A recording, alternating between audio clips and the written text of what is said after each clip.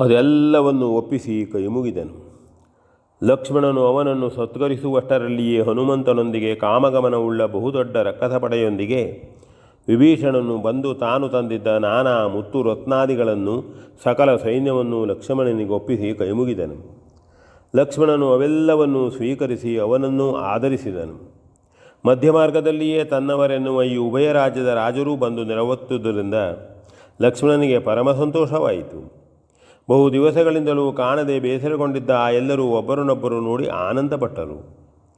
ಮತ್ತೆ ಸುಗ್ರೀವನ ಹಾಗೂ ವಿಭೀಷಣನ ಸೈನ್ಯವು ಲಕ್ಷ್ಮಣನೊಂದಿಗೆ ಮುಂದೆ ಹೋಗುವುದೆಂದು ಕಿಂಚಿತ್ ಪರಿವಾರದೊಂದಿಗೆ ಸುಗ್ರೀವ, ವಿಭೀಷಣ, ಹನುಮಂತ, ಜಾಂಬವರು ಕಪ್ಪ ಕಾಣಿಕೆಗಳನ್ನು ಹಿಡಿಸಿಕೊಂಡು ಶ್ರೀರಾಮನ ಸನ್ನಿಗೆ ಹೋಗುವುದೆಂದು ನಿಶ್ಚಯವಾಯಿತು. ಸೀತಾ ಪರಿತ್ಯಾಗದ ಕುರಿತು ಅವರೆಲ್ಲರೂ ತಮ್ಮ ತಮ್ಮ ಯುಕ್ತವನ್ನು ಲಕ್ಷ್ಮಣನಲ್ಲಿ ತೋಡಿಕೊಂಡರೆ ಅವನು ಕಣ್ಣೀರನ್ನೇ ಸುರಿಸುತ್ತಾ ಶ್ರೀರಾಮನಲ್ಲಿ ಅದನ್ನು ಯಾವ ಕಾಲದಲ್ಲಿಯೂ ಪ್ರಸ್ತಾವಿಸಕೂಡದೆಂದು ಕೇಳಿಕೊಂಡನು. ಅಂತೆಯೇ ಅವನು ಅವರನ್ನು ಬೀಳ್ಕೊಟ್ಟು ತಾನು ಮುಂದೆ ಪಯಣ ಹೂಡಿದನು. ನರವಾನರ ದೈತ್ಯ ಸಂದೋಹದಿಂದ ಲಕ್ಷ್ಮಣನ ಪೆರವೆಡೆಯು ಸಮುದ್ರಘೋಷವನ್ನೇ ಪ್ರದರ್ಶಿಸುತ್ತಾ ಮುಂದೆ ಸಾಗಿತು. ಕುದುರೆಯು ಯಾವ ರಾಜ್ಯವನ್ನು ಸೇರಿದರೂ ಅಲ್ಲಿ ಅದನ್ನು ನೋಡಿಯೇ ಅವರು ಕಪ್ಪವನ್ನು ಒಪ್ಪಿಸಿ ಲಕ್ಷ್ಮಣನೊಂದಿಗೆ ಕೂಡಿಕೊಳ್ಳುತ್ತಿದ್ದರು.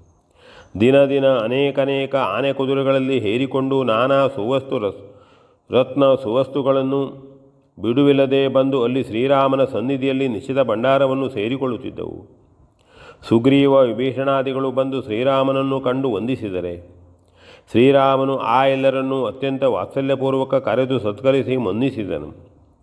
ಎಷ್ಟೋ ವರ್ಷಗಳ ಬಳಿಕ ತಮಗೆ ಶ್ರೀರಾಮನ ದರ್ಶನ ಲಾಭವು ಪ್ರಾಪ್ತಿಸಿತೆಂದು ಅವರೆಲ್ಲರೂ ಸಂತಸ ತಳೆದಿದ್ದರು. ಆದರೆ ಸೀತಾದೇವಿಯನ್ನು ಕಾಣದೆ ಅವರಿಗೆ ಅತೀವ ವೇದನೆಯಾಗುತ್ತಿತ್ತು.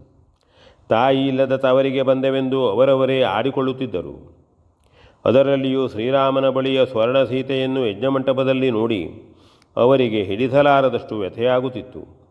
ಆದರೇನು, ಏನು ಮಾಡುವುದಕ್ಕೂ ಸಾಧ್ಯವಿಲ್ಲದೆ ಅವರು ಮರುಗುತ್ತಿದ್ದರಲ್ಲದೆ ಮತ್ತೇನನ್ನು ಆಡದೆ ಉಳಿದಿದ್ದರು.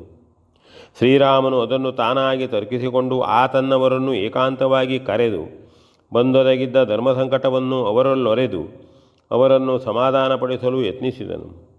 ಸೀತೆಯ ಕುರಿತು ಅವರಿಗೆ ದುಃಖವಾಗಿದ್ದರೂ ಶ್ರೀರಾಮನ ನ್ಯಾಯ ಪರಿಪಾಲನೆಯ ಕುರಿತು ಅವರಿಗೆ ಅಸಾಧಾರಣವಾದ ಅಭಿಮಾನವೇ ಉಕ್ಕಿ ಹರಿಯತೊಡಗಿತು.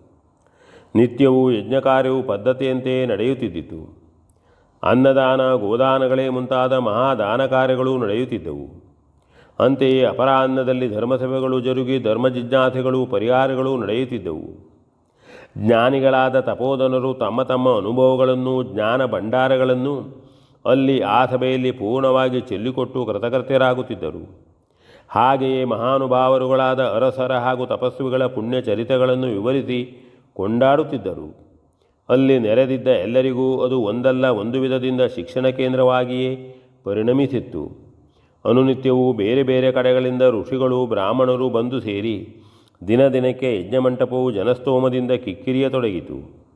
ಅಯೋಧ್ಯೆಯ ರಾಜಕಾರಣದ ಹಾಗೂ ರಕ್ಷಣೆಯ ಸರ್ವಭಾರವನ್ನು ಸುಮಂತ್ರನಿಗೆ ಒಪ್ಪಿಸಿಕೊಟ್ಟುದರಿಂದ ಅವನು ಹಾಗೆಯೇ ಅದಕ್ಕೆ ತಕ್ಕಂತೆ ವ್ಯವಸ್ಥೆ ಮಾಡಿ ಆಗಾಗ ಅತ್ತಿತ್ತ ಬಂದು ಹೋಗುತ್ತಿದ್ದನು. ನಿತ್ಯವೂ ಬಂದು ಸೇರುತ್ತಿದ್ದ ಕಪ್ಪು ಕಾಣಿಕೆಗಳನ್ನು ಭಂಡಾರದಲ್ಲಿಟ್ಟು ಬೇಕಾದಂತೆ ವೆಚ್ಚ ಮಾಡಲು ಸ್ವಯಂ ಭರತನೇ ನಿಯತಗೊಂಡಿದ್ದನು. ಸುಗ್ರೀವನು ಮತ್ತೆ ಅವನಿಗೆ ಸಹಕರಿಸಲು ಶ್ರೀರಾಮನಿಂದ ಅನುಜ್ಞಪ್ತನಾದನು. ವಿಭೀಷಣನು ಬಂದವರನ್ನು ಸ್ವಾಗತಿಸಲು ನಿಯತಗೊಂಡನು. ಜಾಂಬವರು, ಹನುಮಂತನು ಎಲ್ಲಿ ಬೇಕೋ ಅಲ್ಲಿದ್ದು ತಮ್ಮ ತಮ್ಮ ಭಾಗದ ಸೇವೆಯನ್ನು ಸಲ್ಲಿಸುತ್ತಿದ್ದರು. ಕೌಸಲ್ಯಾದೇವಿಗೆ ಮಗನ ಧರ್ಮಕಾರ್ಯವನ್ನು ನೋಡಿ ನೋಡಿ ಎಲ್ಲಿಲ್ಲದ ಆನಂದವಾಗುತ್ತಿತ್ತು. ನಿತ್ಯವೂ ಶ್ರೀರಾಮನನ್ನು ಕಂಡು ಆಶೀರ್ವದಿಸುತ್ತಿದ್ದಳು.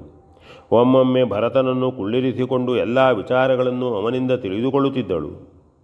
ಕೈಕೇಯಿ, ಸುಮಿತ್ರೆಯರಂತೂ ತಮ್ಮ ಅಕ್ಕನನ್ನು ಅತ್ಯಂತ ಶ್ರದ್ಧಾಭಕ್ತಿಗಳಿಂದ ಕಾಣುತ್ತಿದ್ದರು. ಪ್ರಾಯವು ಮೀರಿ ವೃದ್ಧೆಯಾಗಿದ್ದ ಕೌಸಲ್ಯೆಯು ಶುಭ್ರಾಂಬರ ಧಾರಣಿಯಾಗಿ ಯಾವಳೋ ಸಿದ್ಧಿಗೊಂಡ ತಪಸ್ವಿನಿಯಂತೆ ಕಂಗೊಳಿಸುತ್ತಿದ್ದಳು.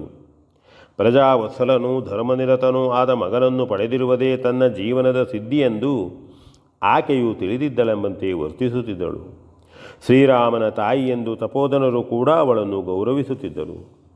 ಒಂದು ದಿನ ಪೂಜ್ಯರಾದ ಅಗಸ್ತ್ಯರು ತಮ್ಮ ಶಿಷ್ಯರೊಂದಿಗೆ ಬಂದಿರುವರೆಂಬುದನ್ನು ಕೇಳಿ ಶ್ರೀರಾಮನು ವಸಿಷ್ಠಾದಿಗಳನ್ನು ಮುಂದಿಟ್ಟುಕೊಂಡು ಹೋಗಿ ಯಥೋಚಿತವಾಗಿ ಅವರನ್ನು ಸತ್ಕರಿಸಿ ಕರೆತಂದು ಕುಳ್ಳಿರಿಸಿದನು.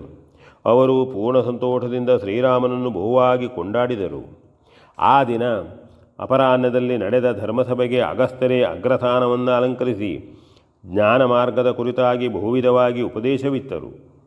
ಅವರು ಅಲ್ಲಿ ಶ್ರೀರಾಮನನ್ನುದ್ದೇಶಿಸಿ, ಶ್ರೀರಾಮ, ಪರಮಜ್ಞಾನಿಗಳೆನ್ನಿಸಿಕೊಂಡ ಋಷಿಗಳಲ್ಲಿ ಒಬ್ಬೊಬ್ಬರ ಮತವು ಒಂದೊಂದು ರೀತಿಯಲ್ಲಿದೆ. ಆದರೂ ಅವೆಲ್ಲ ಜ್ಞಾನದ ಸೋಪಾನಗಳು ಮಾತ್ರ. ಯಾರೇ ಆದರೂ ಅವನವನ ಅಭಿಮತವನ್ನಷ್ಟೇ ವ್ಯಕ್ತಪಡಿಸಬಹುದಲ್ಲದೆ ಇದು ಹೀಗೆ ಎಂದು ತೀರ್ಮಾನಿಸಿ ಹೇಳಲು ಯಾರಿಂದಲೂ ಸಾಧ್ಯವಿಲ್ಲ. V N Bhagwat, Baraballi.